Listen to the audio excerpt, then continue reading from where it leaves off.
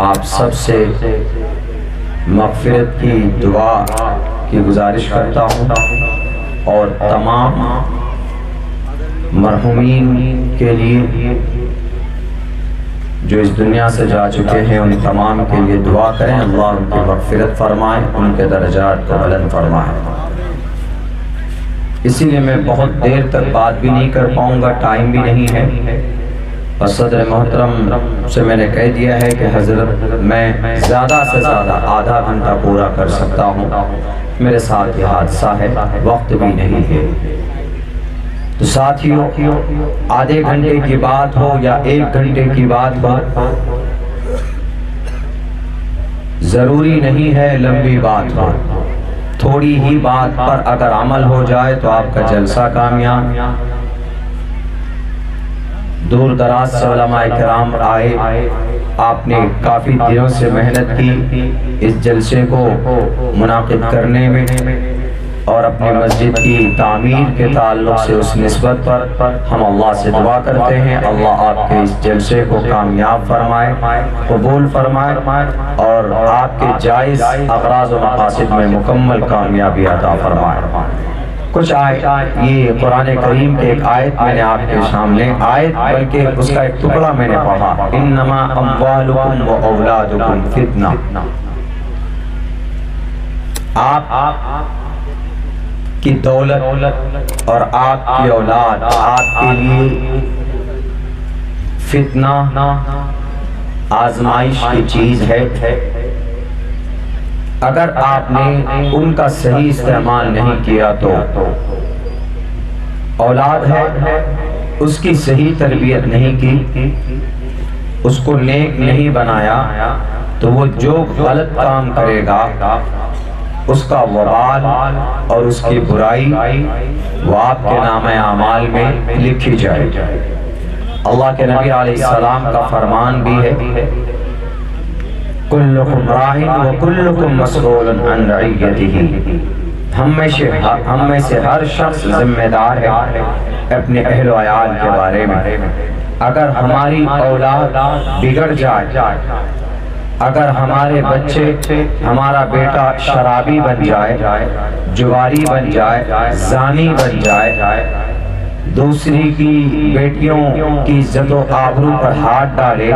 اس کو بہلا پھسلا کر اس کے ساتھ چیٹنگ کرتا ہے، تو ان تمام برائیوں کا ذمہ دار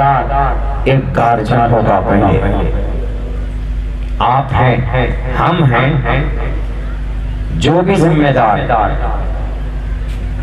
اسی لیے جہاں ہم اپنی نیک کام کرنے کی فکر کرتے ہیں، کوشش کرتے ہیں، وہیں پر ہم اپنے بچوں کی بھی تربیت اور ان کو نیک بنانے کے لیے تدبیر کریں، فکر مند ہوں، اللہ سے بھی دعا کرتے رہیں کہ اللہ ہماری اولاد کو نیک بنا۔ جب آدمی مر جاتا، اذا مات الانسان انقطع عنہ عملہ الا من ثلاث، آدمی مرنے کے بعد جیسے ہی مرتا ہے اس کا عمل ڈسکنیکٹ، اس سے سارے رشتے ختم، دنیا سے کوئی اس کا لین دین نہیں۔ لیکن 3 کام اگر کر کے جاتا ہے تو مرنے کے بعد بھی جب تک ان کے کیے ہوئے 3 کام اس دنیا میں باقی ہیں، 3 چیزیں، تب تک اس کو اس کا ثواب ملتا رہے گا۔ ان میں سے ایک او ولد صالح یدعو لہ، ان 3 کاموں میں سے ایک کام، ایک چیز نیک اولاد بھی ہے۔ آپ مر جاتے ہیں، آپ کے جنازے کی نماز پڑھانے کے لیے سب سے بڑا حقدار اگر کسی کو ہے وہ آپ کی اولاد کو، اگر آپ کی اولاد پڑھی لکھی تو اولاد کو کم سے کم اس لائق بنا دیجئے کہ آپ مر جائیں تو آپ کی جنازے کی نماز پڑھا سکے۔ آپ چلے جائیں اس دنیا سے تو آپ کے لیے وہ قرآن کریم کی تلاوت کر کے آپ کے روح مبارک کو ایصال ثواب کرتا رہے۔ آپ چلے جائیں اس دنیا سے، گناہوں کی کا بوجھ اپنے سر پر لے کر تو وہ راتوں کو تہجد کی نماز میں اٹھ کر سورہ فاتحہ پڑھ کر رب کے سامنے آپ کی مغفرت کی دعائیں کرتا رہے، آپ ایسی اولاد بنا کر جائیں تو وہ اولاد آپ کے لیے وبال جان نہیں ہے۔ انما اموالکم و اولادکم۔ آج کل ہوتا کیا ہے، 5 بچے 10 بچے 4 بچے لڑکے لڑکیاں پیدا کرتے ہیں۔ دیکھیں زیادہ اولاد پیدا کرنا، زیادہ کثرت اولاد اللہ کے نبی علیہ السلام کا فرمان ہے، ہونا چاہیے، ٹھیک ہے اسلام میں، لیکن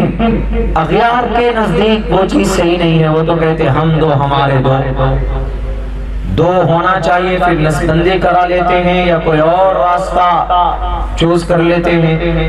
ورنہ ہمارے نبی کا یہ فرمان ہے کہ زیادہ بچہ جننے والی عورت سے شادی کرو تاکہ ہم کل قیامت میں فَإِنِّي مُكَاثِرٌ بِكُمُ الْأُمَمْ، کل قیامت میں کثرت امت کی وجہ سے ہم گرو کریں، فخر کریں۔ لیکن اس دنیا میں اگر آپ نے اس حدیث کو دوسرے اغیار کے سامنے ایکسپلین کیا، وہ کہیں گے دیکھو ابھی ممبئی ایئرپورٹ میں بیٹھے ہوئے 3 گھنٹے کے بعد فلائٹ تھی تو 2 آئے ہسبینڈ وائف 8 بچے اس کے ساتھ، لوگ غور سے دیکھ رہے ہیں اس کو، اتنے سارے بچے۔ ہماری شریعت میں اس کی اجازت، اس کی گنجائش ہے، لیکن اگر آپ صرف بچہ پیدا کر کے چھوڑ دیتے ہیں، اس کی تربیت کا کوئی بندوبست نہیں ہے، اس کا کوئی خیال نہیں ہے، شرابی بن رہا ہے کہ جواری بن رہا ہے کہ ڈاکو بن رہا ہے کہ زانی بن رہا ہے، لٹیرا بن رہا ہے، تو ایسی صورت میں اسلام بھی آپ کو پرمیشن نہیں دے گا، الاؤ نہیں دے گا۔ اسلام آپ کو کہتا ہے کلکم رائن و کلکم مسئول عن رعیتہ۔ شرابی بنے گا، دوسرے نمبر پر سوال اس سے ہوگا، پہلے آپ سے ہوگا۔ اگر وہ لڑکا آوارہ بن کر چاقو سے کسی بیٹی کو گوندے گا دلی کی گلیوں میں تو سب سے پہلے آپ باپ ہیں، یو آر ریسپانسیبل، آپ سے سوال ہوگا، آپ سے پوچھا جائے گا کہ تم نے اپنی اولاد کی کیسی تربیت کی۔